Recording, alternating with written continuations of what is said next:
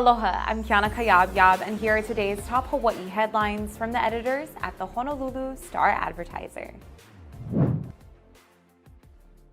A man who barricaded himself inside his apartment at the Century Center high-rise in Honolulu surrendered after an hours-long standoff with police Tuesday night. Honolulu police closed the northbound lanes of part of Kalakaua Avenue near the convention center around 7 p.m. after receiving a report of a man who barricaded himself in the high-rise. Residents were evacuated during the incident. Police said the man surrendered just before midnight and was taken to a hospital for a mental health evaluation. The man was hurt, but HPD did not provide any information about the extent of his injuries or whether or not he was armed.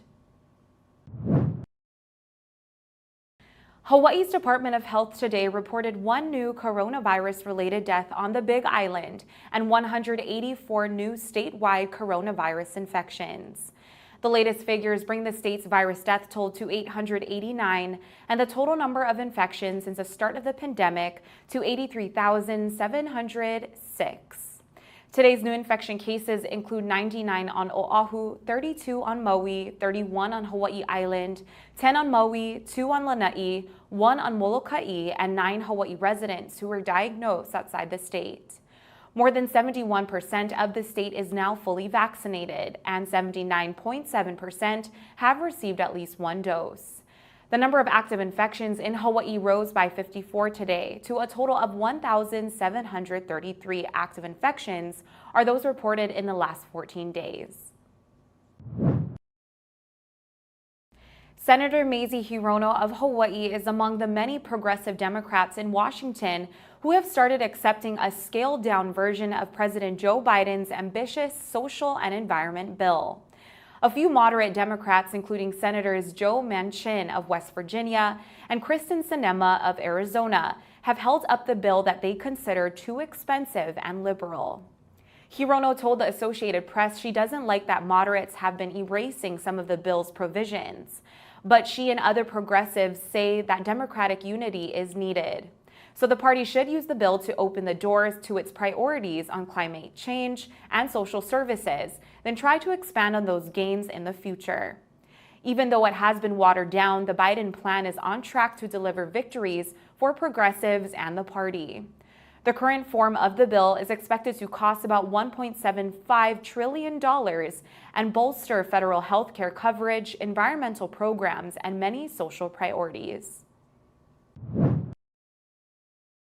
Honolulu firefighters airlifted an injured woman from the Lulumahu Falls Trail in Nu'uanu on Tuesday afternoon. The Honolulu Fire Department received a 911 call at 12:45 p.m. reporting a 31-year-old woman who hit her head and injured her knee at the base of the waterfall. Responding rescuers hiked up the trail and found the injured woman at 1:24 p.m. and airlifted her via helicopter to a nearby landing zone where Honolulu paramedics took over her care. HFD reminds hikers to bring a fully charged cell phone on hikes in case of emergencies and to know their physical limits. Finally, the U.S. Navy says that operator error caused it to release more than 1,600 gallons of jet fuel from a pipeline at its Red Hill fuel tank storage facility on Oahu. The Navy's report on the May 6 incident says the leak didn't come from any of the massive underground tanks at Red Hill. And they said that all but 38 gallons of fuel from the leak was recovered. The Navy said an internal investigation determined that an operator failed to follow proper procedures to close valves in the fuel lines during fuel transfer operations. The underground facility holds 20 fuel storage tanks dating back to World War II in the hills above Pearl Harbor. The tanks sit about an aquifer that supplies about a quarter of the water consumed in urban Honolulu. Environmentalists and community activists have repeatedly voiced concerns that the giant fuel tanks are a danger to drinking water and the health of area residents. For more on these stories and all the latest headlines, subscribe to the Honolulu Star-Advertiser. Visit Hawaii's top source for breaking news online at staradvertiser.com and download the Star-Advertiser mobile app. Mahalo, have a great day, and we'll see you back here tomorrow. Are you ready to score big? Make sure to check out the Honolulu Star-Advertiser's Football Fever every Monday through Wednesday for your official ballot to play and enter for a chance to win $500 weekly or the chance to win the grand prize, a Big Green Egg Kamado Grill.